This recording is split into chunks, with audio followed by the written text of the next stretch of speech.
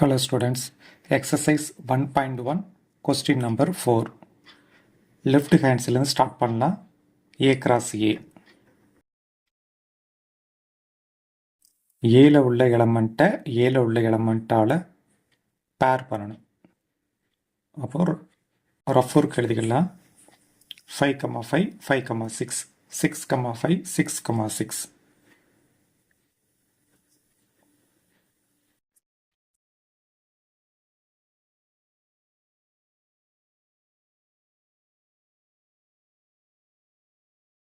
Left hand side complete பண்ணியாச்சு. இப்போ right hand side first அந்த ப்ராக்கெட் உள்ளே இருக்கிறத கம்ப்ளீட் பண்ணும்.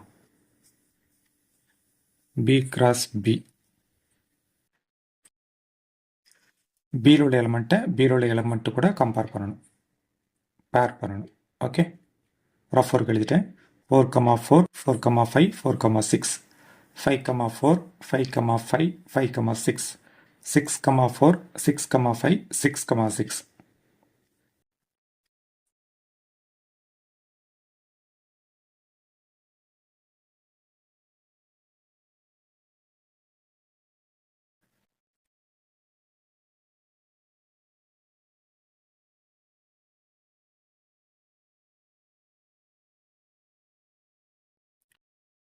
ரைட் ஆன்சர் அனதர் பிராக்கெட் இருக்கு, அதுக்குள்ள சி கிராஸ் இருக்கு.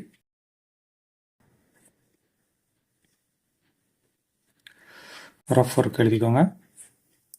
5,5, 5,6, 5,7, 6,5, 6,6, 6,7, 7,5, 7,6, 7,7.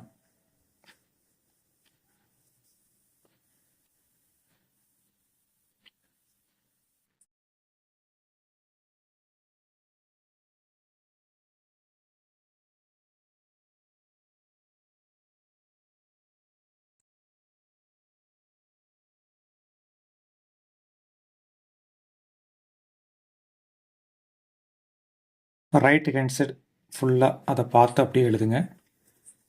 ரைட் ஹேண்ட் சைடு என்ன இருக்கோ அதை பார்த்து அப்படியே எழுதுங்க. ஓகே, இன்டர்செக்ஷன் இருக்குது அப்படின்னா காமன் எலமெண்ட். ஒரு எலமெண்ட் பி கிராஸ் பியில் இருக்குன்னா அதே எலமெண்ட்டு சி கிராஸ் சிலையும் ரிப்பீட் ஆகிருக்கும். ஓகேவா, அதான் காமன் எலமெண்ட்ஸ். அண்டர்லைன் பண்ணி விட்ருவோமா? 5,5 பி கிராஸ் பிலையும் இருக்குது, சி கிராஸ் சிலையும் இருக்குது. 5,6 ரிப்பீட் ஆகுது பாருங்கள்.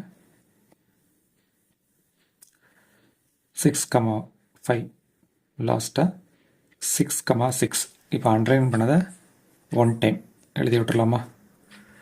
5,5, 5,6, 6,5, 6,6. Okay, left hand side answer first line நம்ம எழுதியிருக்கிறோம். ரைட் ஹேண்ட் சைடுக்கான ஆன்சர் அந்த லாஸ்ட் லைன் எழுதியிருக்கோம். ரெண்டுமே சேம் ஆன்சர் தான். ஓகேவா, ஸோ லாஸ்ட்டாக இந்த ரூல் அப்படியே எழுதி விட்டுருங்க. Therefore A cross A is equal to B cross B intersection C cross C. அவ்வளோதான்.